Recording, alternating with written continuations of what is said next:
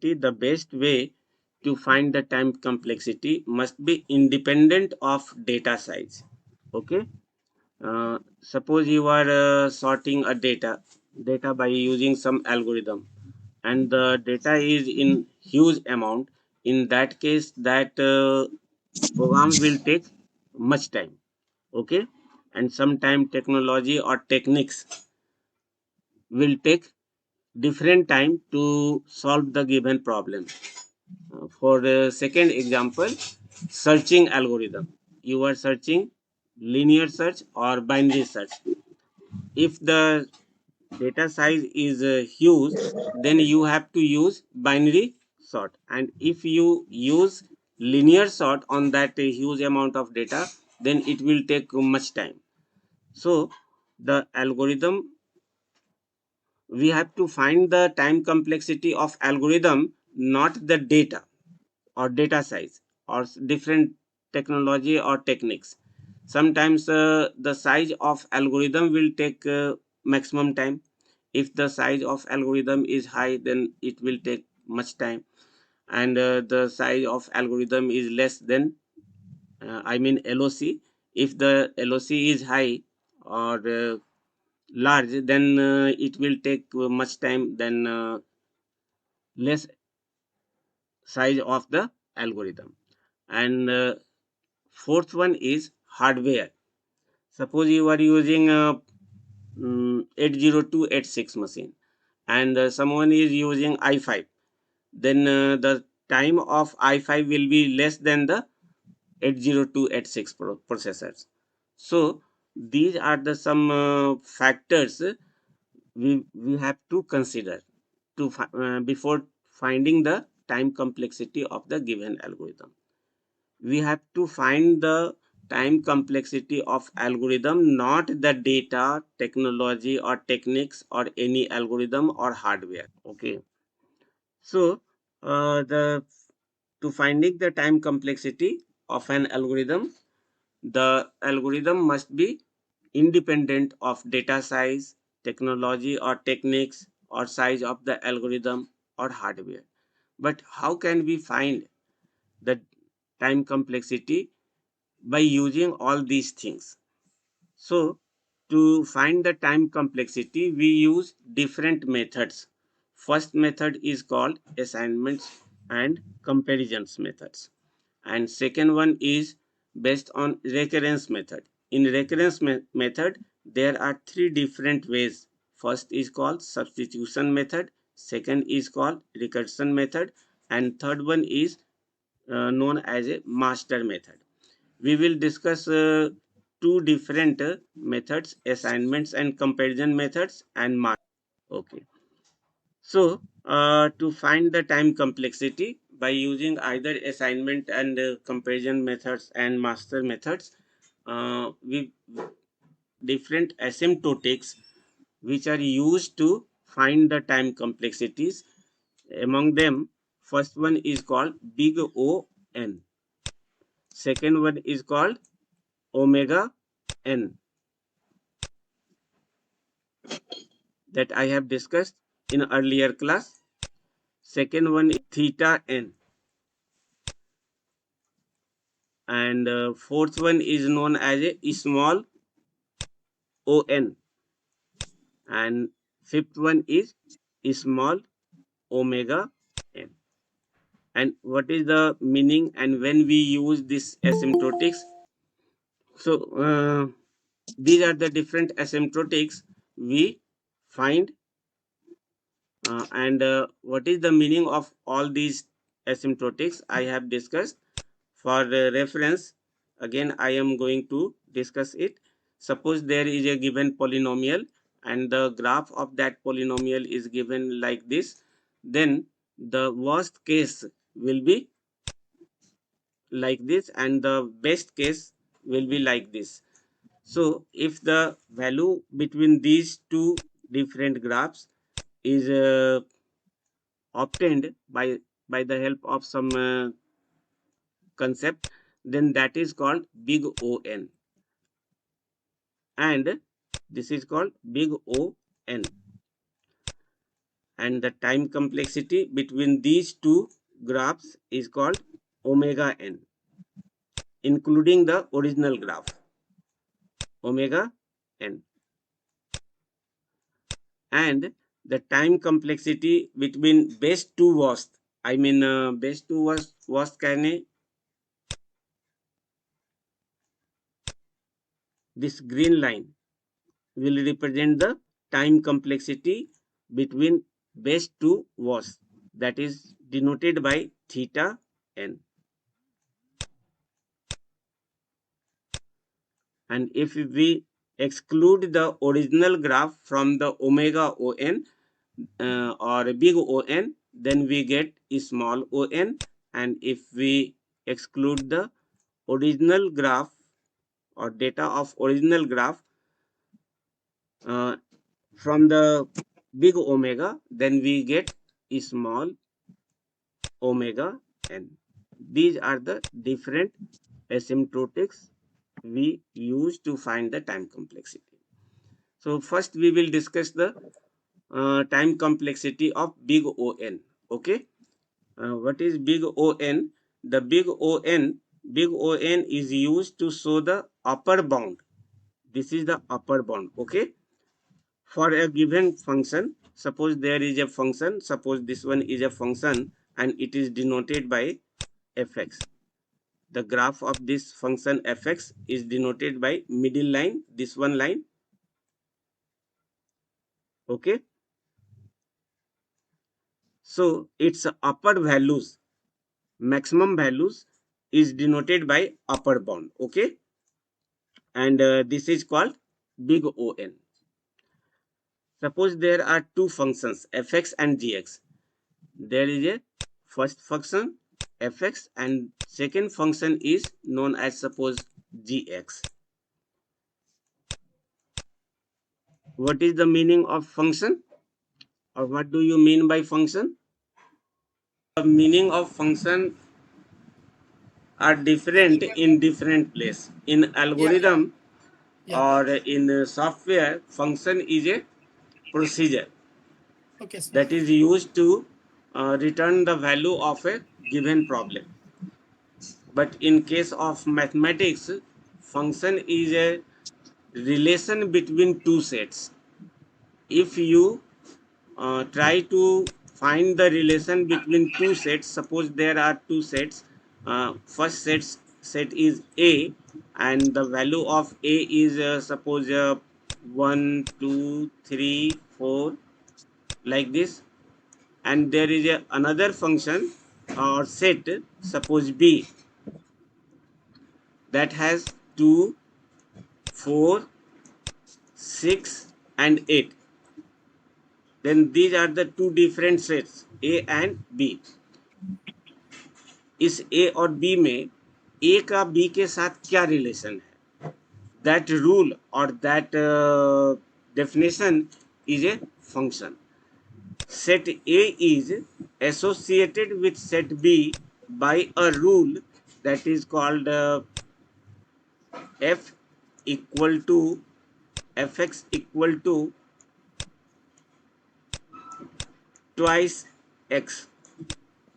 Okay, the value of x will be taken from the set A and the value of twice x will be taken from the set B. If we take the value of 1 from set A and put this value in this rule, f1 equal to 2 into 1, that is this 1 is associated with this 2, and if we take 2 then it will associated with 4 and 3 will associated with 6 and 4 will be associated with 8. So these two sets A and B are associated with each other by a rule, and that rule is a function. Okay, and this function will be denoted by f is a function between A and B.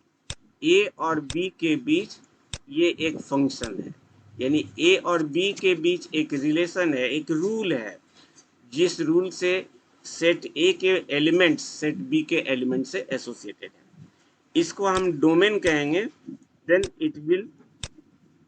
it is denoted by, or it is known as a domain, and this one is called codomain. Function का meaning आपके mathematics में अलग होता है algorithm के function से। यहाँ पर फंक्शन का मतलब हो गया कि कोई दो सेट है हमारा ए और बी, और ये ए और बी किस तरह से आपस में एसोसिएटेड है या रिलेटेड है। तो जो इनके बीच रिलेशन होगा, जो रूल होगा एक दूसरे से एसोसिएट होने का, that rule is called a function. Am I clear? Yes sir. Yes, sir. तो यहाँ ए के एक्स वैल्यू के लिए बी का वैल्यू क्या है, ट्वाइस एक्स है। तो इस फंक्शन को हम दिखाते हैं कि एफ एक्स एक्चुअल में आप यूज क्या कर रहे हो, the value of set A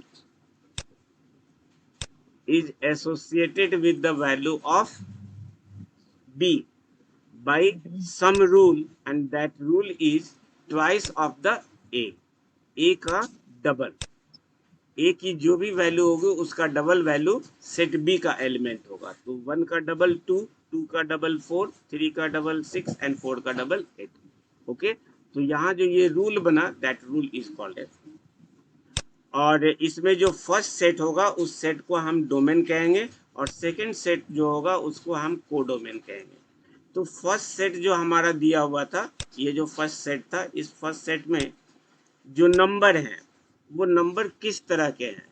given number is given numbers are belong to the natural number, and the number of set codomain is also belong to the natural number. So this function is associated with f2 and n, natural number to natural number. Similarly, if there is another function, suppose there is another function gn, so if this gn, the domain and codomain of this function g is also belong to the natural number, so two functions f and g are given to you, and both functions belong to the natural number to natural number. It means domain is in natural number and codomain is also in number. Then it will be denoted by function n to n. And if g is also related with natural number to natural number, then it is also denoted by n to n. Sometimes the function f also may belong to number. It means domain and codomain belong to the real number, and g is also belong to the real number. Then it will be denoted by f2 f r2r or g r2r. Okay. Domain आपका natural number में भी हो सकता है और real number में भी हो सकता है। तो ये जो डोमेन और कोडोमेन है, दोनों यदि नेचुरल नंबर से बिलोंग करेंगे तो इस तरीके से दिखाएंगे। यदि दोनों आपका रियल नंबर में है तो इस फॉर्म में दिखाएंगे। और कभी कभी ऐसा भी आपको मिल सकता है कि फंक्शन f का जो वैल्यू है वो नेचुरल नंबर से रियल नंबर में हो। ऐसा हो सकता है क्योंकि रूल पे डिपेंड करता है। मान लो a हमारा इंटीजर है और यहाँ पर हम मल्टीप्लाई कर रहे हैं 2.1 से, 2.1 इंटू ए, तो आपका a का वैल्यू क्या हो जाएगा, रियल नंबर में आ जाएगा। तो वैसे केस में आपका डोमेन हो गया नेचुरल नंबर और कोडोमेन हो जाएगा रियल नंबर। रियल नंबर ऐसा भी हो सकता है कि रियल नंबर हो लेकिन इस साइड में आपका नेचुरल नंबर आए, बहुत रेयर केसेस में होगा। इस रियल नंबर का कोडोमेन आपका नेचुरल नंबर में हो, ऐसा बहुत रेयर केसेस में मिलेगा, बट ये केस हो सकता है और ये तो होना ही होना है। तो आपके जो दोनों फंक्शन दिए हुए हैं, कौन कौन से दो फंक्शन दिए हुए हैं, एफ एक्स और जी एक्स, इस एफ एक्स और जी एक्स के डोमेन और कोडोमेन क्या होने चाहिए, natural number to natural number होना चाहिए या real number to real number.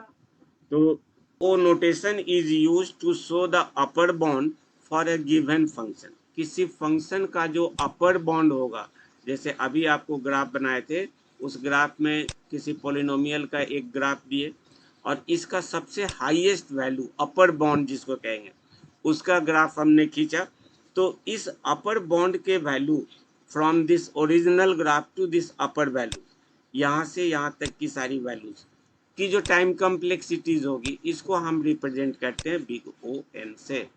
और इसी का लोएस्ट वैल्यू निकाल रहे तो ओमेगा एन होगा।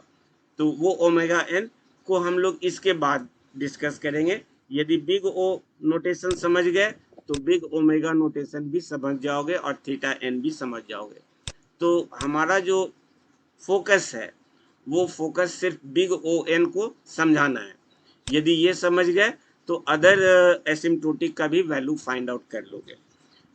तो big O notation is use to show the upper bound for a given function. Function क्या है वो समझ में आ गया, अपर बाउंड क्यों कह रहे हैं वो समझ में आ गया, और बिग ओ नोटेशन क्या है वो भी आपको समझ में आ गया होगा। बिग ओ नोटेशन इस केस को कहते हैं, और ये चूंकि अपर बाउंड है और ये अपर बाउंड किसी गिवन फंक्शन, सपोज करो कि ये मेरा फंक्शन एफ एक्स है, और ये जो फंक्शन एफ एक्स है इसका domain and codomain natural number to natural number हो सकता है या real number to real number हो सकता है। इसको हमने लिखा है, suppose there are two functions f x and ji x each from the set of natural number यानी n टू n, और set of positive real numbers, set of positive real numbers I mean r to r। Basic requirement समझ में आ गया आपका कि big O notation upper bound के लिए हम लोग यूज करेंगे, जिसमें दो डिफरेंट फंक्शन यूज करेंगे, एफ एक्स और जी एक्स। फंक्शन क्या होता है? It is a rule to associate one set into another set. एक सेट को दूसरे सेट से किस तरीके से हम कोरिलेट करेंगे, एसोसिएट करेंगे, that rule is called a function. Okay, जिसमें दो तरह के सेट्स होंगे, डोमेन और कोडोमेन। अब इसको फाइंड आउट करने के लिए हम क्या लिखते हैं? तो यदि ऐसा ऊपर का कंडीशन दिया हुआ हो कि दो फंक्शन है एफ एक्स और जी एक्स, और दोनों नेचुरल टू नेचुरल नंबर और रियल टू रियल नंबर से बिलोंग करते हैं, तो उस केस में हम कहेंगे कि f x is set to be big O g x. F x जो हमारा है वो एफ एक्स किसके बराबर होगा? बिग ओ जी एक्स के बराबर होगा। लेकिन इसके बराबर होने के लिए कुछ कंडीशन है, और वो कंडीशन क्या है? तो वो कंडीशन हमने यहाँ पर लिख रखा है कि ये जो दो फंक्शन है एफ एक्स और जी एक्स, ये दोनों फंक्शन इस तरीके से और इस तीन कंडीशन को फॉलो करना चाहिए। पहला कंडीशन क्या है? The value of F X, the value of function F X must be less than और equal to the product of C and ji X, where C is a constant and this constant must be greater than 0। ये दोनों function इस condition से को follow करते हो कि पहला फंक्शन एफ एक्स जी एक्स के बराबर हो या लेस हो, और इस जी एक्स के साथ आपका सी का मल्टीप्लिकेशन हो, जहां पर ये सी हमारा क्या है? एक कांस्टेंट है। इस कांस्टेंट की वैल्यू क्या होनी चाहिए? पॉजिटिव वैल्यू होनी चाहिए, आई मीन इसका वैल्यू 0 से बड़ा होना चाहिए। तो ये फर्स्ट कंडीशन है कि एफ एक्स हमारा सी जी एक्स के लेस और इक्वल होना चाहिए। सेकेंड कंडीशन कहता है कि जो इसमें सी यूज कर रहे हैं वो, और एक दूसरा और कांस्टेंट है जिसको हम कहते हैं के, ये सी और के हमारा क्या होना चाहिए? पॉजिटिव इंटीजर या पॉजिटिव रियल नंबर होना चाहिए। पॉजिटिव इंटीजर या पॉजिटिव रियल नंबर। इसको हम ऐसे भी कह सकते हैं कि सी और के 0 से बड़ा होना चाहिए। 0 भी नहीं हो सकता, नेगेटिव नंबर भी नहीं हो सकता है। तो ये वैल्यू क्या होंगे? 0 से बड़ा होंगे ऑलवेज। ये कंडीशन भी इम्पोर्टेंट है।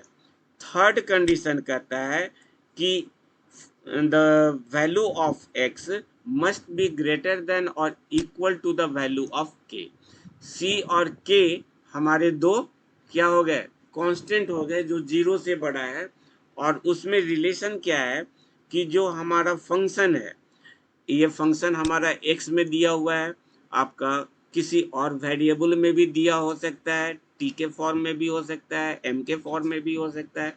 तो ये जो वैल्यू है, the value of this x must be greater than और equal to this k value. k का कोई भी वैल्यू ले, मान लो k इक्वल टू 2 हम ले रहे हैं, तो उस केस में इस x का वैल्यू क्या होगा, इस x का वैल्यू ग्रेटर देन और इक्वल टू 2 होना चाहिए। इसका मतलब हो गया कि x का वैल्यू आपका x का वैल्यू 2, 3, 4, 3.5 ये भी हो सकता है, क्योंकि आपको बोल दिए थे पॉजिटिव इंटीजर या रियल नंबर होना चाहिए। तो रियल नंबर में डेसिमल नंबर भी आते हैं। तो 2, 3, 3.5, 4, 6 इस लाइक दैट, इस तरह के सारे वैल्यूज हमारे एक्सेप्टेबल होंगे।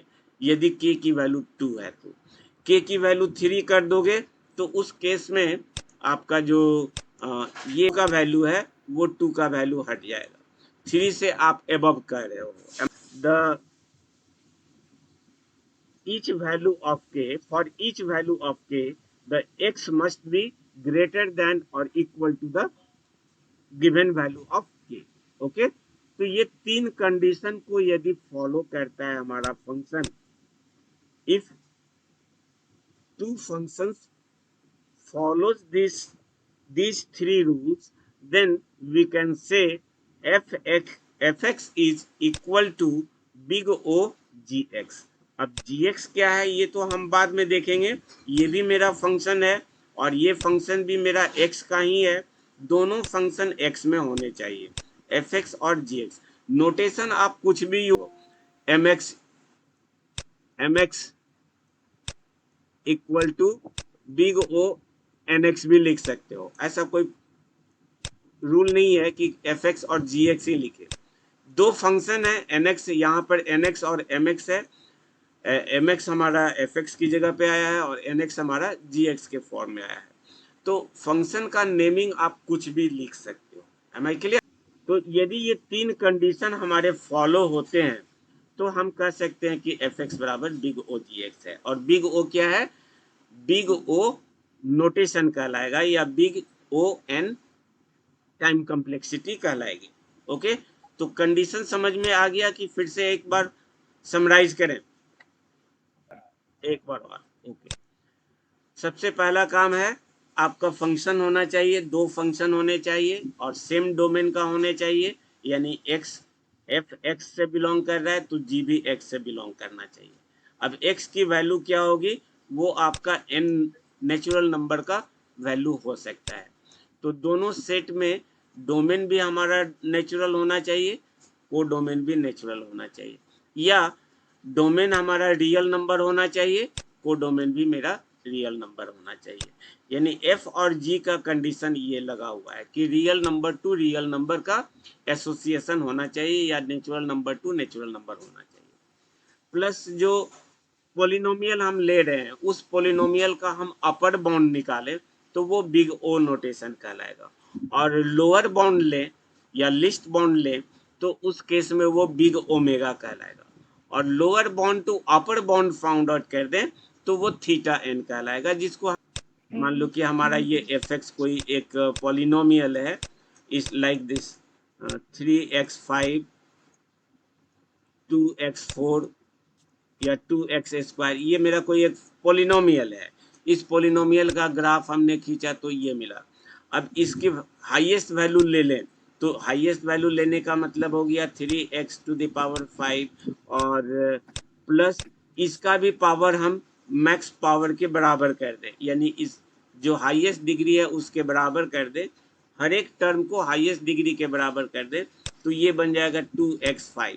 ओके, अब ये 2x5 और 3x5 को हम लिख सकते हैं 5x5, लिख सकते हैं ना। तो ये हमारा जो एक फंक्शन बनेगा, ये भी x का ही एक फंक्शन है, लेकिन इसको अब हम नाम देंगे gx। इसको क्या नाम देंगे? gx। क्यों? क्योंकि fx का जो वैल्यू है वो इसके बराबर है, जबकि gx 5 का वैल्यू इस fx से क्या है? बड़ा है। 5x5 निकाल रहे हो, और ये 3x5 और ये 2x5 है, 2x4 था, तो इसकी वैल्यू लेस होगी इस gx से। तो हम कह सकते हैं कि fx, the value of fx is less और sometimes it is equal to gx। तो ये जो gx, इस gx का ग्राफ कुछ इस तरीके से आएगा। ये हमारा fx है, यानी fx कहने का मतलब ये फंक्शन 3x⁵ प्लस 2x², और ये हमारा क्या है? gx है। gx कहने का मतलब 5x⁵। ओके, तो इसके बीच की जो टाइम कॉम्प्लेक्सिटी होगी that is denoted by big O n और big O notation, by big O notation. Okay, तो फंक्शन हमको मिले हैं fx और gx, इन दोनों के बीच कुछ कंडीशन है। कंडीशन c और gx के प्रोडक्ट के बराबर होना चाहिए, जहां पर c हमारा पॉजिटिव नंबर, पॉजिटिव कांस्टेंट है, और सेकेंड कंडीशन कहता है कि c के belongs to positive integer number और रियल नंबर। यानी ओवरऑल कहोगे तो c और k का वैल्यू 0 से बड़ा होना चाहिए, 0 नहीं हो सकता, नेगेटिव नहीं हो सकता। और तीसरा कंडीशन कहता है कि जो फंक्शन में x यूज कर रहे हैं वो उस x का वैल्यू k के बराबर या उससे बड़ा होना चाहिए। तो k के हर एक वैल्यू के लिए x का वैल्यू ग्रेटर देन और इक्वल होगा। यदि k का वैल्यू हमने 2 लिया, k का वैल्यू हमने 2 लिया, पॉजिटिव नंबर ले सकते हैं केवल, तो 2 लेने पर x का वैल्यू 2, 3, 4, 4.5, 4.1, 4.6, 6, 6.1, 6.3, इस तरह के नंबर्स हमारे किसके हो जाएंगे?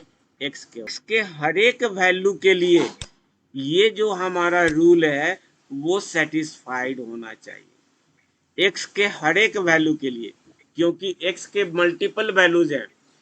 k इक्वल टू 2 कह दिया, k इक्वल टू 2 कह दिया हमने, तो x का वैल्यू क्या हो जाएगा?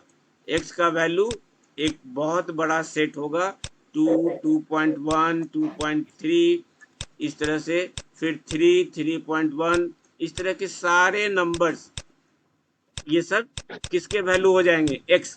और इस x के हर एक वैल्यू के लिए ये मेरा सेटिस्फाइड होना चाहिए। यदि ऐसा सेटिस्फाइड होता है तो हम कह सकते हैं कि जो गिवन फंक्शन fx है वो बिग O gx के बराबर होगा, यानी बिग O gx के बराबर होगा, gx जो कि हमारा सेकेंड फंक्शन है। ओके, अब इसी को यदि बिग O नोटेशन में दिखाएंगे तो बिग O नोटेशन के लिए हमको कुछ करना नहीं है, हमको सिर्फ कंडीशन को थोड़ा चेंज करना है। कंडीशन को चेंज क्या करेंगे? हमारा ओरिजिनल ग्राफ fx ही होगा, लेकिन जो लोएस्ट बाउंड होगा, लोएस्ट बाउंड नीचे में जाएगा, जिसको हम hx से डिनोट कर रहे हैं, जिसको हम hx से डिनोट कर रहे हैं, और hx से डिनोट कर रहे हैं, तो अब hx की वैल्यू क्या होगी? hx की value less than equal to fx के बराबर होगा। इसके पहले क्या था? fx का वैल्यू इस gx से लेस था, और यहाँ पर fx का वैल्यू क्या है? ग्रेटर है hx से। क्लियर है? तो ये क्या कहलाएगा? यहाँ अपर की जगह पे लोअर बाउंड कर देंगे। बिग ओमेगा नोटेशन के लिए क्या लिखेंगे? अपर की जगह पे लोअर कर देंगे, और बाकी ये सब कंडीशन वही रहेंगे। यहाँ पर सिर्फ चेंज हो जाएगा, ये ग्रेटर देन और इक्वल टू लग जाएगा। ओके, तो ये हो जाएगा big omega notation, big omega notation के लिए। और थीटा नोटेशन की बात जब करोगे तो थीटा नोटेशन के केस में fx का value less than equal to क्या होना चाहिए? gx होना चाहिए। तो ये हमको मिल गया कौन सा बाउंड? Upper bound. ये क्या मिला, अपर बाउंड मिल गया, ये वाली कंडीशन। और इसी में इसके पहले HX लगा दें, HX लगा दें और इस तरीके से दे दें, तो ये हमारा क्या दे रहा है, लोअर बाउंड दे रहा है। ये हमारा हो गया लोअर बाउंड। और इसके बगल में जो दिया हुआ है ये वाली वैल्यू, ये क्या हो गया, अपर बाउंड हो गया। तो लोअर टू अपर बाउंड निकाल दे तो ये जो नोटेशन होगा that is called theta note.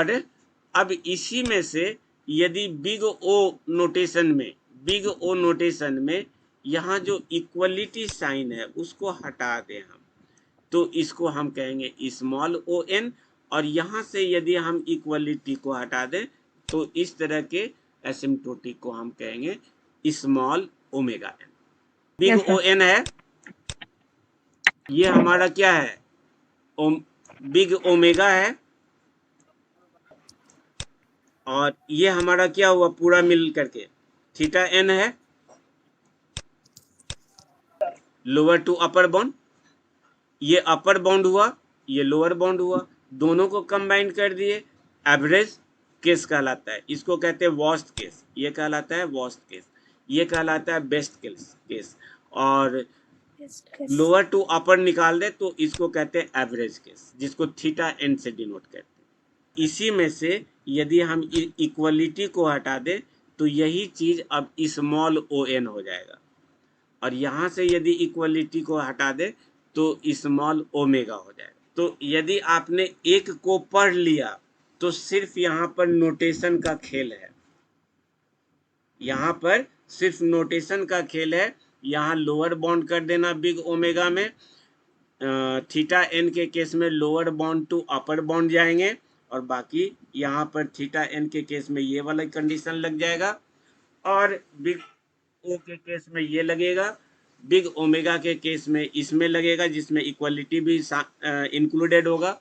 और इक्वलिटी को हटा दें तो स्मॉल ओ, और इसमें से इक्वलिटी को हटा दें तो स्मॉल ओमेगा कहलाएगा। एक को अच्छी तरह से सीख गए तो दूसरे को फाइंड आउट करना आसान होगा। अब हर एक का तो हम नहीं बताएंगे, कंडीशन बता दिए कि किस तरीके से सब एक दूसरे से रिलेटेड है। एक यदि समझ गए तो दूसरे में केवल लेस देन ग्रेटर देन को चेंज करो, इक्वल को हटाओ, अदर एसिम्प्टोटिक आपको पता चल जाए। अब ये जो time complexity big O big omega निकालेंगे हम लोग, उस बिग ओ और बिग ओमेगा को निकालने के लिए जो भी हम कंसेप्ट लेंगे वो कंसेप्ट हमारा इस चार्ट से इंडिपेंडेंट होना चाहिए। कहने का मतलब ये है कि मान लो कि हम सॉर्टिंग का कोई एक प्रोग्राम लिख दिए, सिलेक्शन सॉर्ट ही लिख दिए, और उस सिलेक्शन सॉर्ट में हम एक को कह रहे हैं कि 10 डेटा दिया हुआ है, 10 नंबर दिया हुआ है, उसको सॉर्ट कर दो, और दूसरे को कह रहे हैं 1 लाख डेटा है, उसको सॉर्ट कर दो सिलेक्शन सॉर्ट से। तो एक ही सिलेक्शन सॉर्ट के दो अलग अलग टाइम कॉम्प्लेक्सिटी हो जाएंगे। क्यों? क्योंकि एक में डेटा 10 है तो कोई भी सिस्टम पे काम करोगे तो कम समय लगेगा, और 1 लाख डेटा है उसी को उस एल्गोरिदम को उस डेटा पे यदि लगाओगे तो टाइम कॉम्प्लेक्सिटी बढ़ जाएगी। तो यहाँ आपका टाइम कॉम्प्लेक्सिटी डेटा का हो गया, न कि आपके एल्गोरिदम का हो गया। तो हमको तो टाइम कॉम्प्लेक्सिटी किसका निकालना है, तो एल्गोरिदम का जो टाइम कॉम्प्लेक्सिटी होना चाहिए वो डेटा के साइज से इंडिपेंडेंट होना चाहिए। अगेन टेक्नोलॉजी का ये होता है, इफेक्ट होता है। मान लो कि तुम सर्चिंग कर रहे हो, लीनियर सर्च निकाल रहे हो, कोई डेटा हमारा 100 डेटा दिया हुआ है, उस पर लीनियर सर्च लगा दो और उसी पर बाइनरी सर्च लगा दो, तो आप जानते हो कि बाइनरी सर्च की टाइम कॉम्प्लेक्सिटी कम होती है। डेटा का साइज वही है, लेकिन अब आपका टेक्निक बदल गया। आप एक जगह पे लीनियर सर्च लगा रहे हो, दूसरी जगह पे बाइनरी सर्च लगा रहे हो, तो due to different techniques time complexity आपके होंगे। तो ये नहीं होना चाहिए, हमारा एल्गोरिदम का टाइम कॉम्प्लेक्सिटी निकलना चाहिए, ना कि उसके टेक्निक का। और तीसरा कंडीशन कहता है कि कोई प्रोग्राम 10 लाइन का है और कोई प्रोग्राम 1000 लाइन्स का है, तो 10 लाइन का टाइम कॉम्प्लेक्सिटी कम होगा और 1000 का टाइम कॉम्प्लेक्सिटी तो ज़्यादा हो जाएगा। तो आप टाइम कम्प्लेक्सिटी किसका निकाल रहे हो? एलओसी का, लाइन ऑफ कोड्स का, कि एल्गोरिदम के साइज पर भी हमारा टाइम कम्प्लेक्सिटी डिपेंडेंट नहीं होना चाहिए। और तीसरा हो सकता है एक पुरानी मशीन यूज कर रहे हो, पहले के 8086, जो पुरानी पीसी थी हमारी 8086, आज के लिए वो बैलगाड़ी है, और अभी यूज कर रहे हो i5 i7, काफी फास्ट है। और यदि इसमें ये सब सीपीयू बेस्ड है, यदि i5 को जीपीयू बेस्ड कर दोगे तो ये तो और भी बहुत फास्ट हो जाएगा। एल्गोरिदम है, यदि इस 8086 पे रन कराओगे तो टाइम ज़्यादा लगेगा, और इस पर रन कराओगे तो उसी एल्गोरिदम का टाइम कम लगेगा। तो यहाँ पर टाइम कम्प्लेक्सिटी हो जाएगी हार्डवेयर की, ना कि एल्गोरिदम की। तो हम ऐसा कुछ बनाना चाहते हैं कि जो टाइम कम्प्लेक्सिटी निकले, वो टाइम कम्प्लेक्सिटी सिर्फ और सिर्फ एल्गोरिदम का हो, उसमें डेटा के साइज का कोई असर नहीं हो, 10 हो या 10 लाख हो, टाइम कम्प्लेक्सिटी आपका सेम रहेगा। टेक्निक का इफेक्ट नहीं हो, साइज ऑफ एल्गोरिदम का इफेक्ट नहीं हो, और हार्डवेयर का, इस चार से इंडिपेंडेंट होना चाहिए। तो जो मेथड होगा वो बेस्ट वे होगा to find the time complexity. Sir yes. ये जो इंडिपेंडेंस की बात की जा रहा है, जिसमें फर्स्ट है डेटा और हाँ, थर्ड है साइज ऑफ एल्गोरिथम। तो साइज ऑफ एल्गोरिथम और डेटा दोनों तो एक ही चीज मेरे नहीं हिसाब से, मुझे नहीं, समझ में। डेटा और साइज ऑफ एल्गोरिदम अलग अलग चीज है। साइज ऑफ एल्गोरिदम जैसे लाइन ऑफ कोड को कहते हैं, कितने स्टेटमेंट आपने यूज किया। ठीक है, जी। मान लो कि सिलेक्शन हाँ। सॉर्ट तुम बना रहे हो, तो सिलेक्शन सॉर्ट की टाइम, ये लाइन ऑफ स्टेटमेंट एलओसी जो हमारा है, वो सपोज करो कि हमारा 20 लाइन का है। ठीक है। हम्म। जी। लेकिन यस सर। डेटा तो आपका एन पर डिपेंड कर रहा है ना।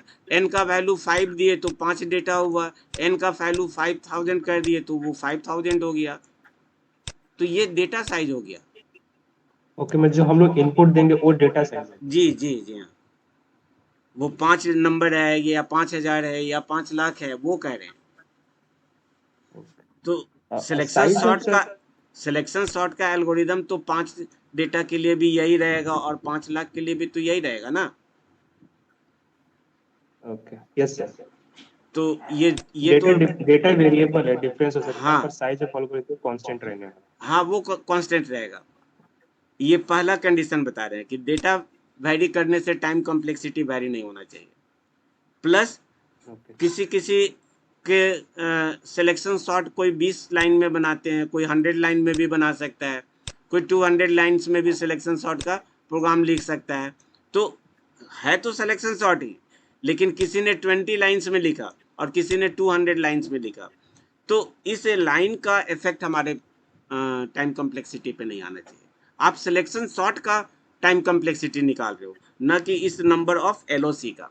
एक सिंपल सा एग्जांपल है, आपके इसी ब्लॉक में जो आपको ये पढ़ा रहे थे यूनिट 1 में, उसमें एक आपको यूक्लिड एल्गोरिदम होगा।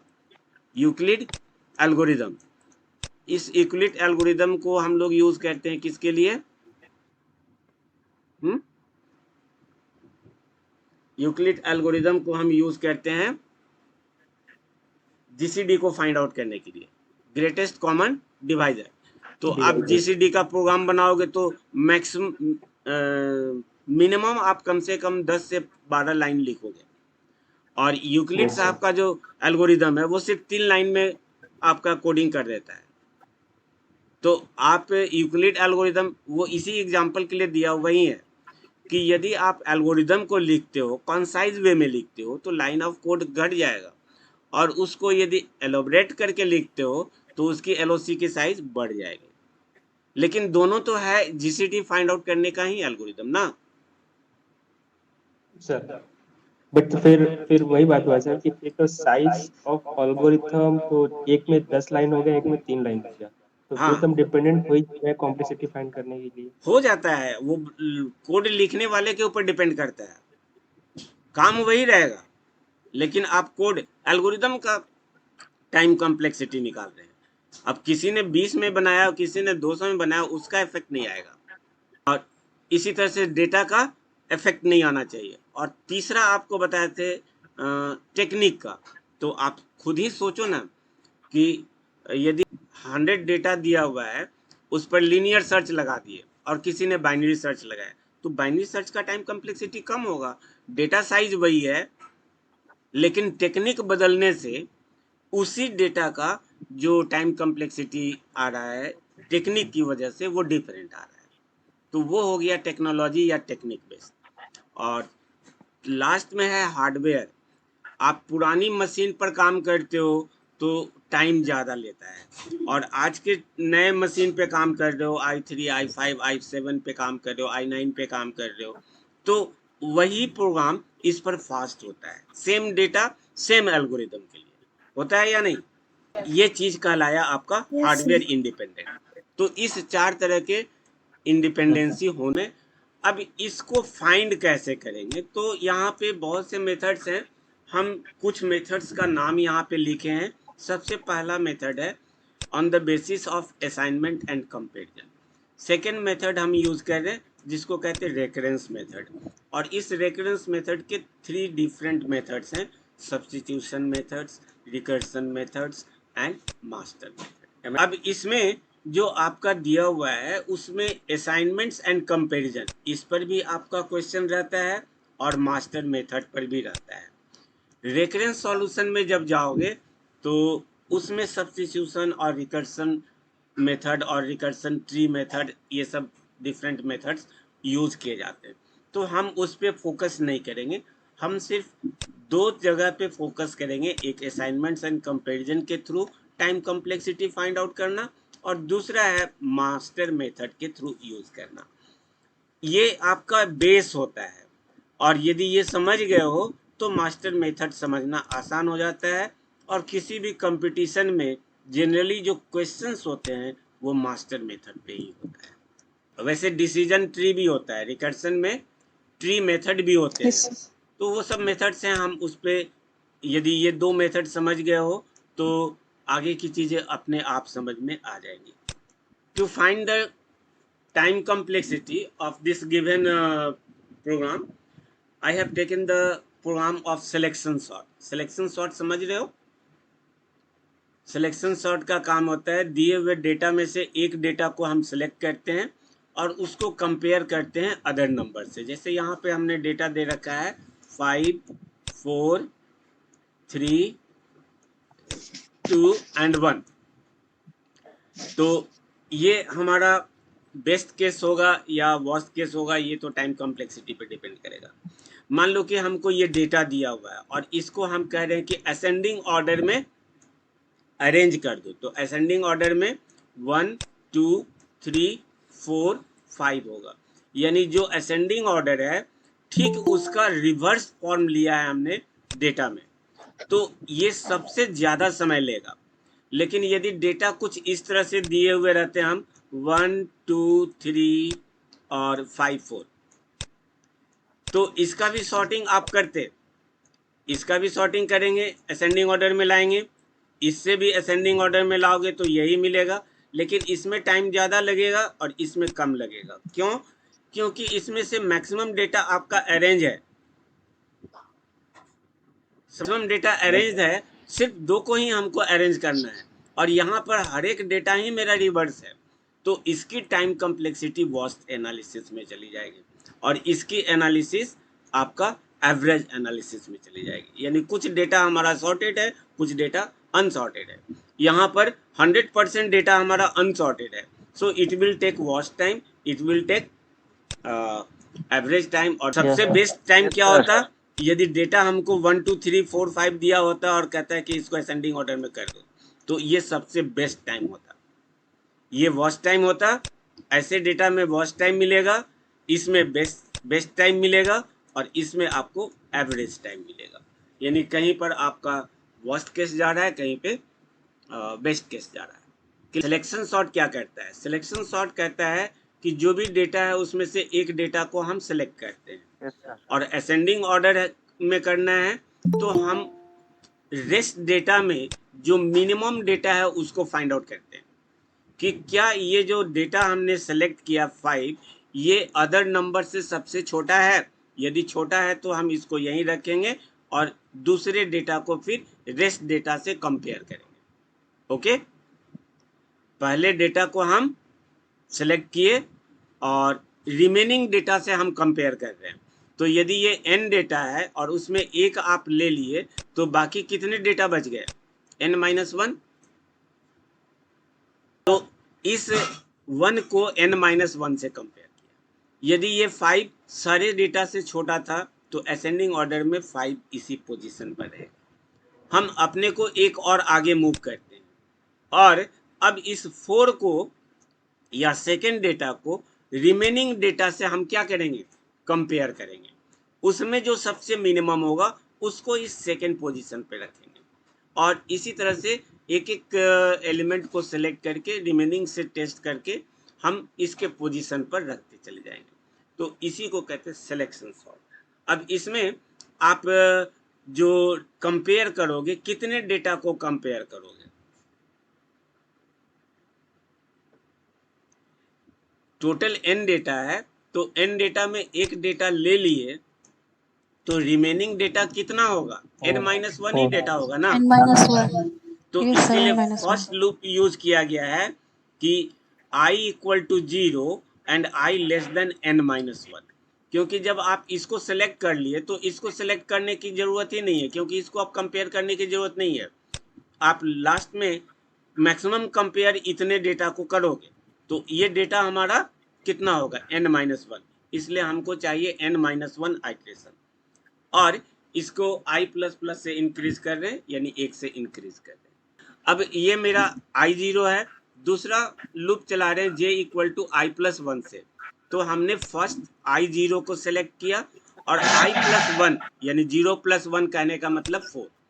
अब इस 5 और 4 का कंपैरिजन हो रहा है। यहाँ पे देखो AJ क्या दिखा रहा है? AJ 4 को दिखा रहा है और AI किसको डिनोट कर रहा है? आपके 5 को डिनोट कर रहा है। अब 5 और 4 में हम कंपेयर कर रहे हैं।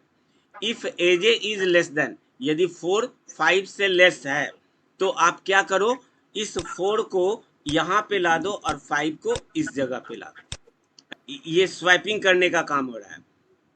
If AJ is less than AI then ascending case के लिए if AJ is less than AI then swap the value. Swap the value यानी 4 को 5 और 5 को 4 कर दो और फिर इस 5 को नेक्स्ट वाले से कंपेयर करो।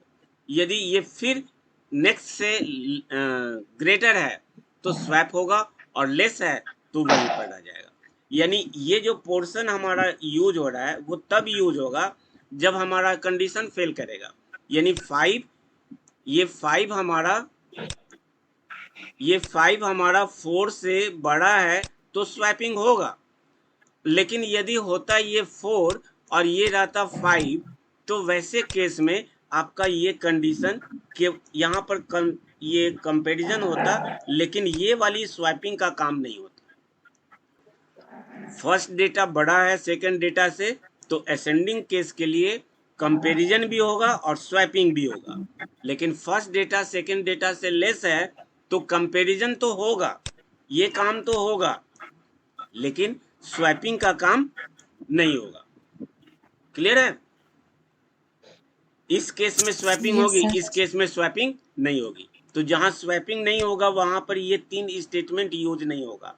इसीलिए बोले कि यहाँ पर कुछ केस आपका अरेंज है। तो जब अरेंज है तो इस 3 जगह पर ये स्वैपिंग वाला काम नहीं होगा, लेकिन इसकी जगह पे ये कंपैरिजन भी होगा और स्वैपिंग का भी काम होगा।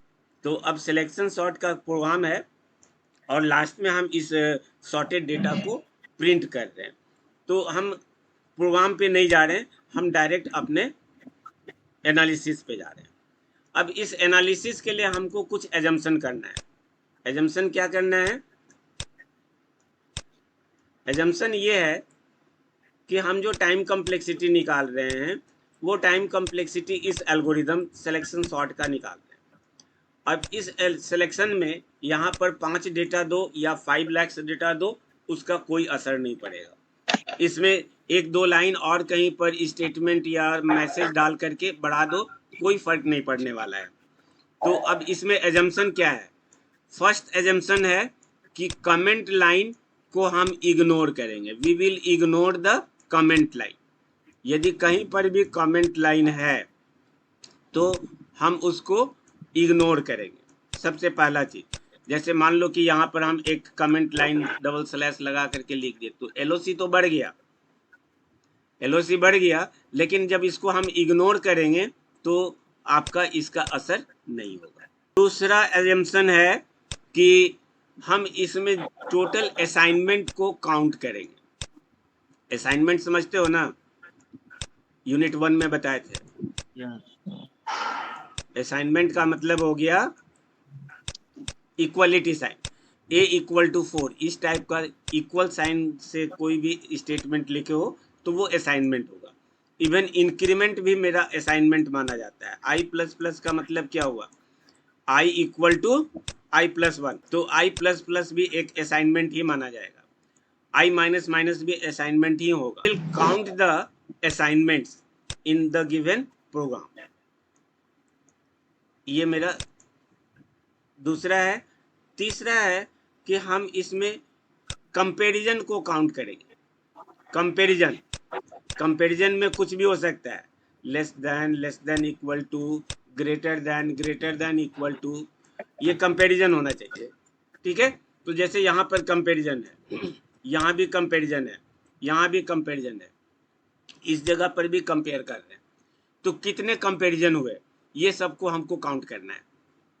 क्लियर। अब फोर्थ एजम्पशन ये है कि एक असाइनमेंट या एक comparison will take 1 unit time, one assignment will take 1 unit time and one comparison will take 1 unit time. This is my fourth assumption. Each is assignment or each comparison will take 1 unit time. 1 unit time, unit कितना होगा, मिली second भी हो सकता है, second भी हो सकता है, मिनट भी हो सकता है, आवर भी हो सकता है। Each assignment and comparison will take 1 unit time, ये हमारा एजम्पशन है। फिफ्थ एजम्पशन है कि हमारे जो स्टेटमेंट्स होते हैं, आप सॉफ्टवेयर इंजीनियरिंग पढ़े होंगे तो वहाँ पे प्रोग्राम लिखने के लिए कुछ कंस्ट्रक्ट देते हैं। कंस्ट्रक्ट का नाम याद है तुमको, पता है?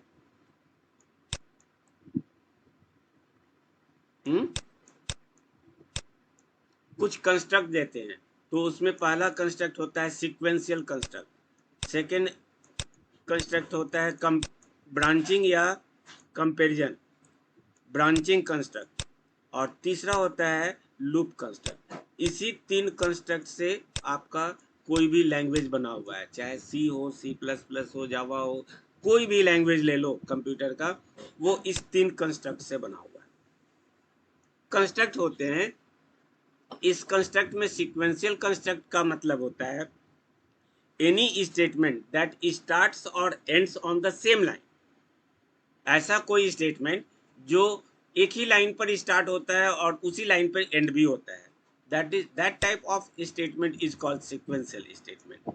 Like int a equal to 5, int a equal to 5, ये हमारा sequential construct है। ठीक है, go to somewhere, यहाँ पे हम लेबल का नाम देते हैं। go to start, इस टाइप का यदि लिखे तो ये हमारा क्या हो गया, सीक्वेंशियल हो गया। प्रिंट ऑफ, सेम लाइन पर स्टार्ट होगा और सेम लाइन पे एंड हो जाएगा। So all these type of statements are called sequential statement.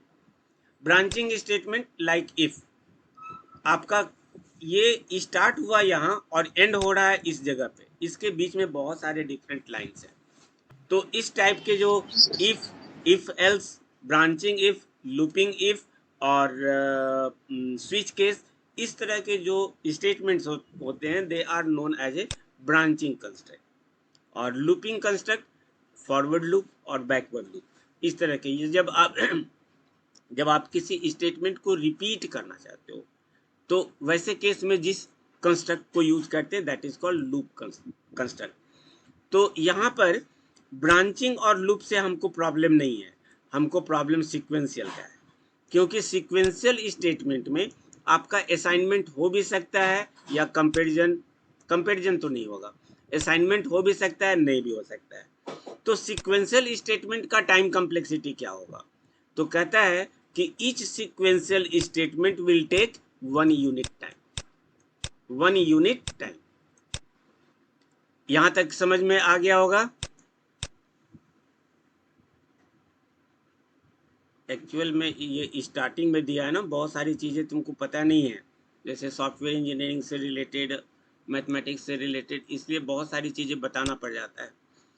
तो आपका ये 5 एजम्पशंस मान लो कि हम अपने एल्गोरिदम में चूंकि data independent, technology independent, hardware independent, ये सब इंडिपेंडेंट चाहते हैं, इसलिए हम अपने एल्गोरिदम्स में सिर्फ असाइनमेंट, कंपैरिजन और सीक्वेंशियल स्टेटमेंट को ही यूज़ करेंगे, अदर स्टेटमेंट को हम इग्नोर करेंगे। और हर एक असाइनमेंट और कंपैरिजन और सीक्वेंशियल स्टेटमेंट एक यूनिट टाइम लेगा। ये यूनिट टाइम आपका 1 सेकेंड, 1 मिनट आपके सिस्टम के ऊपर डिपेंड करता है। तो सी में एक फंक्शन होता है टाइम, जिससे आप उसका स्टार्टिंग टाइम निकाल सकते हो। यहाँ पर हम टाइम हेडर लगा करके इसका स्टार्टिंग टाइम नोट कर ले और यहाँ पर उसका हम एंडिंग टाइम नोट कर ले, तो दोनों के डिफरेंस से आपको पता चल जाएगा कि ये प्रोग्राम कितना समय लिया। वो हम सी लैंग्वेज नहीं पढ़ा रहे, इसलिए वो आप खुद देख लेना। अब यहाँ पर जो एक और काम करना है कि यदि सी लैंग्वेज यूज़ करते हो तो आपको पता है कि हम लोग स्टार्टिंग में हेडर फाइल लगाते हैं, यानी प्री प्रोसेसर्स यूज़ करते हैं, फिर वॉइड मेन लिखते हैं और तब इनिशियलाइजेशन का काम करते हैं। लेकिन जब इसी को बेसिक लैंग्वेज में यूज़ करोगे तो हमको पहले से किसी चीज़ को डिफाइन करने की ज़रूरत नहीं है, डायरेक्ट हम अपना फॉर लूप से स्टार्ट कर सकते हैं, उसमें किसी तरह का प्री प्रोसेसर्स नहीं होते हैं। तो हर लैंग्वेज का जो एल्गोरिदम है वो स्टार्ट होता है, स्टार्ट, जब भी आप एल्गोरिदम लिखते हो क्या लिखते हो? फर्स्ट स्टेटमेंट होता है स्टार्ट, सेकेंड स्टेप में लिखते हो कि अब यहाँ पे क्या काम कर रहे हो, थर्ड स्टेप में क्या काम कर रहे हो, और लास्ट में लिखते हो एंड। तो तुमको लगता होगा कि ये स्टार्ट और एंड तो कुछ काम नहीं कर रहा है, काम कर रहा है। सी में स्टार्ट करने का इनिशियल टाइम अलग होता है, बेसिक में स्टार्ट करने का इनिशियल टाइम अलग होता है, यानी असाइनमेंट करने का, इनिशलाइज करने का जो तरीका है, हर लैंग्वेज का स्टार्टिंग में अलग होता है। आपका एल्गोरिदम तो स्टार्ट हो रहा है यहाँ से यहाँ तक ही है, और बाकी जो काम है, ये जो काम है हर लैंग्वेज में ये काम करने का अलग अलग तरीका होगा। सो ईच एल्गोरिदम और each language will take different time to initialize the start step. Start step को परफॉर्म करने के लिए हर एक लैंग्वेज का स्टार्टिंग टाइम अलग होगा। तो हम ये मान करके चलेंगे कि यहाँ तक का जो काम है इसको करने में सी लैंग्वेज को C1 यूनिट टाइम लगा। ये C1 यूनिट टाइम कांस्टेंट है सी के लिए, फोर्टन के लिए, पास्कल के लिए ये इनिशियलाइजेशन टाइम अलग होगा, इसलिए हम इसको एक कांस्टेंट मान लिए। क्लियर है? और इसको हम किससे डिनोट कर दिए? C1 unit time. ये इनिशियलाइजेशन टाइम है, हर एक लैंग्वेज का अलग अलग होगा। अब यहाँ तक काम सीखने के बाद हम अपना एल्गोरिदम का टाइम कॉम्प्लेक्सिटी निकालने जा रहे हैं। सबसे पहला आपका फर्स्ट स्टेटमेंट है फॉर लूप। इस फॉर लूप में 3 स्टेटमेंट है, एक असाइनमेंट है, फिर कंपैरिजन है और फिर इंक्रीमेंट है। पूरे फॉर लूप में, यानी इस फर्स्ट फॉर लूप में i इक्वल टू 0 पूरे प्रोग्राम के स्टार्टिंग से एंड तक में सिर्फ एक बार एग्जीक्यूट होगा, सिर्फ एक बार। क्लियर है? तो एक बार एग्जीक्यूट होगा और ये असाइनमेंट है, तो नंबर ऑफ असाइनमेंट कितना हुआ? 1। Yes sir. और ये लूप i से लेकर n-1 तक चल रहा है, तो यहाँ पर जो कंपैरिजन हो रहा है वो कंपैरिजन n टाइम्स हो रहे हैं, आप काउंट करके देख लेना। यहाँ पर जो कंपैरिजन होगा इस लूप में, पूरे लूप में i equal to 0 to n less than n-1, less than n minus one कहने का मतलब हो गया कि यदि हम i इक्वल टू 0 से शुरू करें और i इज लेस देन हम 3 लिखते हैं, तो एक्चुअल में i का वैल्यू कितना है? i का वैल्यू 0, 1 और 2 तक ही जाएगा ना। 3 में तो ये कंपेयर करेगा और वहां से डिस्कार्ड हो जाएगा। ये लूप कितनी बार तक चलना है? 3 टाइम्स चलना है, 0 के लिए, 1 के लिए और 2 के लिए। ठीक है, तो इसमें कंपैरिजन कितना हुआ? इसमें कंपैरिजन आप देखोगे तो जो यहाँ लिखा हुआ है उससे एक कम, उससे एक कम। क्यों? क्योंकि आप 2 तक ही जा रहे हो, 3 पर तो आप यहाँ से निकल जा रहे हो। तो यहाँ पर ये कंपैरिजन हमारा जितना दिया हुआ है उससे एक अधिक कंपैरिजन चलता है। 0, 1, 2 पर काम किया और 3 को भी कंपेयर करेगा ये, तो n माइनस वन यानी कि 3 लिखा हुआ है तो 3 प्लस 1 कंपेरिजन जा रहा है। तो यहाँ n माइनस वन लिखा हुआ है तो n minus one plus 1 that is n। और ये जो इंक्रीमेंट है, ये इंक्रीमेंट कितनी बार हो रहा है? तो ये इंक्रीमेंट यहाँ जितना वैल्यू दिया हुआ रहता है लेस देन में, उतना ही बार यहाँ पर इंक्रीमेंट हो रहा है। तो इसकी ये इंक्रीमेंट क्या है? असाइनमेंट है, अभी जस्ट बताए थे। तो इस पूरे लूप में यानी for i equal to 0 to this value, यहाँ तक यदि काम करोगे तो i एक बार असाइन होगा इसलिए 1 लिखे, यहाँ कंपेयर n टाइम्स होगा इसलिए n लिखे, और ये assignment increment n minus one time होगा। तो 1 और n माइनस वन ये दो मेरा असाइनमेंट हो गया, और ये हमारा क्या हो गया? n कंपेरिजन हो गया। अब इसमें आपके डेटा के साइज से कोई मतलब नहीं है, सिस्टम के स्पीड से कोई मतलब नहीं है, आपके टेक्नोलॉजी से कोई मतलब नहीं। क्लियर है? इसीलिए असाइनमेंट और कंपैरिजन ले रहे हैं। अब इस लूप में आओगे तो ये लूप में ये स्टेटमेंट एक बार चले, और ये स्टेटमेंट कितनी बार चलेगा? तो i के एक वैल्यू के लिए ये n माइनस वन टाइम चलना है। i के एक वैल्यू के लिए ये n माइनस वन टाइम चलना है। तो i के n माइनस वन टाइम के लिए ये कितना कंपैरिजन हो जाएगा? n minus one into n minus one. j का लूप i के अंदर में है, तो i के एक वैल्यू के लिए ये n माइनस वन चल रहा है। तो i कितनी बार चल रहा है? n माइनस वन टाइम इसका ये चल रहा है। तो n माइनस वन टाइम के लिए इसकी वैल्यू कितनी हो जाएगी? तो n minus one into n minus one. और j equal to i plus one, i के एक वैल्यू के लिए ये एक बार असाइन हुआ, तो i के n माइनस वन वैल्यू के लिए ये n minus one time assign होगा। इसी तरह से ये j n plus one time चलेगा अपने के लिए, और i के हर एक वैल्यू के लिए ये कितना हो जाएगा? n minus one into n minus one. अब इस लूप में ये आपका दोनों असाइनमेंट हो गया और ये कंपैरिजन हो गया। कंपैरिजन को हम रेड से दिखाए हैं स्टूडेंट, और असाइनमेंट को हम ग्रीन से दिखा रहे हैं। तो अब असाइनमेंट और कंपैरिजन, अब ये फॉर i के अंदर j है और j के अंदर ये सारे स्टेटमेंट हैं। तो i का लूप चलना है n minus one time. i का लूप कितनी बार चलना है? n minus one time. और i के हर एक वैल्यू के लिए ये इनर लूप कितनी बार चलना है? n minus one time. तो इस फॉर लूप के अंदर जो भी स्टेटमेंट होगा उसका एक्सक्यूशन कितनी बार होगा? n minus one into n minus one. यहाँ कंपेरिजन है, ये कंपेरिजन कितनी बार चलेगा? n minus one into n minus one time.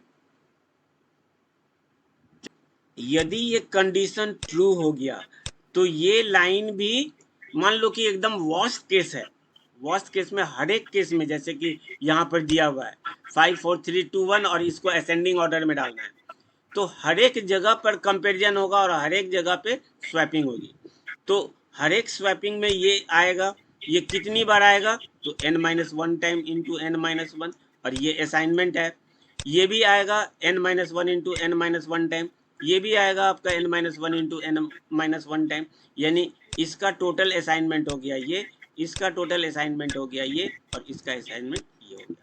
ऊपर से अभी तक सारे कंपैरिजन और असाइनमेंट को हमने काउंट कर लिया। अब लास्ट में एक और लूप दिया हुआ है, तो ये एक बार चलना है, और यहाँ जितना n का वैल्यू होता है उससे एक अधिक कंपैरिजन होती है, और यहाँ जितना n दिया हुआ है उतनी बार असाइनमेंट होता है।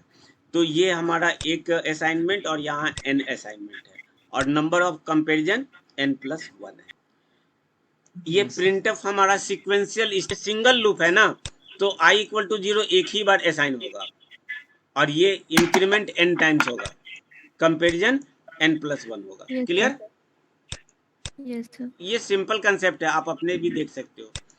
और ये चूंकि सीक्वेंशियल स्टेटमेंट है, तो ये सीक्वेंशियल स्टेटमेंट का एक यूनिट टाइम होगा, लेकिन ये सीक्वेंशियल स्टेटमेंट इस फॉर लूप के अंदर में है। तो ये फॉर लूप कितनी बार चल रहा है? n टाइम्स चल रहा है। n टाइम्स चल रहा है तो 1 × n, इसका टोटल टाइम कितना हो जाएगा? n। क्लियर? और इसको हम असाइनमेंट के तौर पे ही समझेंगे। तो अब एक क्वेश्चन आपका आता है स्टूडेंट, कि एक प्रोग्राम दे देगा और कहेगा find out the number of assignments and comparison in the given program और द गिवन प्रोग्राम, या आपको कुछ ऐसा भी लिख देता है find the number of comparison and algorithm of your algorithm. तो उसका आंसर यही है कि अलाइनमेंट काउंट करना है, ग्रीन वाले को काउंट कर लो, कंपैरिजन काउंट करना है, रेड वाले को काउंट कर लो। दोनों मांग रहा है, रेड वाले का कंपैरिजन, ग्रीन वाले को असाइनमेंट, लिख करके तुम्हारा आंसर कंप्लीट। तो एक क्वेश्चन तो तुम्हारा यही सॉल्व हो गया। ऐसा क्वेश्चन रहता है। ओके। अब इस पूरे एल्गोरिदम में टोटल टाइम कितना लगा, तो सारे टाइम को लिख लो। C1 देखो यहाँ पर हम लिखने जा रहे हैं, इस C1 को लिख लिए, C1 हो गया। यहाँ पर 1 है, यहाँ पर 1 है, इसको हम 2 × 1 लिख लिए। अब n कितना है उसको काउंट करो, तो 1n 2n 3n, तो 3n लिख दिया। 1 n-1 कितनी बार है? 2 बार है, 2 × n-1। n+1 कितनी बार है? 1 बार है, 1 बार लिख लिए। n-1 × n-1 कितनी बार है? 1 3 4 5, और कहीं पे है एक 6, तो 6 × n-1, यानी टोटल टाइम जो है वो कंपैरिजन और असाइनमेंट में हमने निकाल लिया, जो कि डेटा और टेक्नोलॉजी, टेक्निक, हार्डवेयर सबसे इंडिपेंडेंट है। तो अब इस ऊपर वाले की कोई रिक्वायरमेंट नहीं है हमको। ये टोटल हमको निकालना क्या था? असाइनमेंट और कंपैरिजन, और हर एक की टाइम यूनिट 1 है, तो इसको हम इस तरह से एक्सप्रेशन में लिख सकते हैं। इसको जरा सा आप सिंप्लीफाई कर दो, तो C1 1 + 1 2 3n 2n-2, और इसको n+1 लिख दिए। ये n-1 × n-1 n² - 2n + 1 a + b के होल स्क्वायर से यहाँ तक आ गए। अब इसको जरा सा और सिंप्लीफाई करो, C1 और 2 और इधर -2, दोनों क्या हुआ? कैंसिल हो गया, और यहाँ बच गया 1, तो ये 1 लिख लिए। 3n + 2n 5n + n 6n, और इसको अब सिंप्लीफाई करो, तो 6n² -6 × 2 -12n एंड 6 × 1 6, तो ये इसका सिंपल फॉर्म हो गया। इसको फर्दर सिंप्लीफाई करोगे, C1 1 और 6n - 12n -6n, और ये 6n², और यहाँ से ये 6 और 1 7 हो गए। कहने का मतलब हो गया कि इसका सिंपल फॉर्म, ये एक्सप्रेशन हो गया इस फॉर्मेट में, 6n² - 6n + C2। क्लियर हुआ? C2 कहाँ से हो गया? C1 भी कांस्टेंट है, C1 भी कांस्टेंट है, तो दो अलग कांस्टेंट को मिला करके एक न्यू कांस्टेंट बना दिया C2। यहाँ तक है। तो अब हमको इसको दिखाना है कि फर्दर क्या होगा। 6n², हाँ, तो ये हमारा Fn दिया हुआ है। Fn कितना आया स्टूडेंट्स? यहीं पर मेन चीज है, ध्यान देना। ऊपर से जितना काम करते आए हुए हो, सब यहीं पर इसका फाइनल वैल्यू है। Fn इक्वल टू कितना मिला तुमको? 6n square 6n minus 6n और प्लस प्लस C2। C2 इतना ही मिला है ना तुमको। अब इसकी क्या निकालना है हमको? वर्स्ट कॉम्प्लेक्सिटी, इसकी वर्स्ट कॉम्प्लेक्सिटी। तो वर्स्ट कॉम्प्लेक्सिटी निकालोगे तो इसका सबसे मैक्स पावर कितना है? n स्क्वायर है, तो इसको तो हम लिखेंगे 6n स्क्वायर। इसको क्या बनाएंगे हम? इसको भी तो बनाएंगे 6n स्क्वायर, अभी बताए थे। और ये C2 भी तो है लाइक 5 4, तो इसको भी हम किससे मल्टीप्लाई कर देंगे? n स्क्वायर से। हो जाएगा। तो अब ये जो फंक्शन होगा, ये फंक्शन पहले वाले फंक्शन से छोटा होगा कि बड़ा होगा? बड़ा नहीं, हाँ बड़ा होगा सर। तो अब ये इक्वलिटी साइन रहेगा क्या? अब ये तो ग्रेटर हो गया ना। Yes sir. अब ये ग्रेटर हो गया और हम ये कह रहे हैं कि मान लो कि कभी ऐसा भी हो जाए कि ये पूरा वैल्यू Fn के बराबर हो जाए, तो इक्वलिटी भी लगा सकते हैं। यस सर, हो गया सर। यही चीज यहाँ पे हमने दिखाया है। अब इसमें n स्क्वायर को कॉमन ले लो तो you will get 6 minus 6 plus C2 होगा। Yes sir. और लास्ट में आपको बच गया n स्क्वायर। ये सब के सब कांस्टेंट है, तो एक सिंगल कांस्टेंट c मान सकते हो, या आप इसको कैंसिल कर लो और C2 को C2 काहे लिखोगे? c मान लो, एक सिंगल कांस्टेंट मान लो। क्लियर है? इस पूरे के जगह पे यहाँ तो माइनस है तो कैंसिल हो जाएगा, मान लो प्लस ही रहता, तो हम इसको एक न्यू कांस्टेंट c से डिनोट कर देते हैं। तो आपको क्या मिल गया? Cn square. और आप देख रहे हो कि ये जो पॉलिनोमियल है, ये पॉलिनोमियल किसका फंक्शन है? n का फंक्शन है। किसका फंक्शन है? n का फंक्शन है।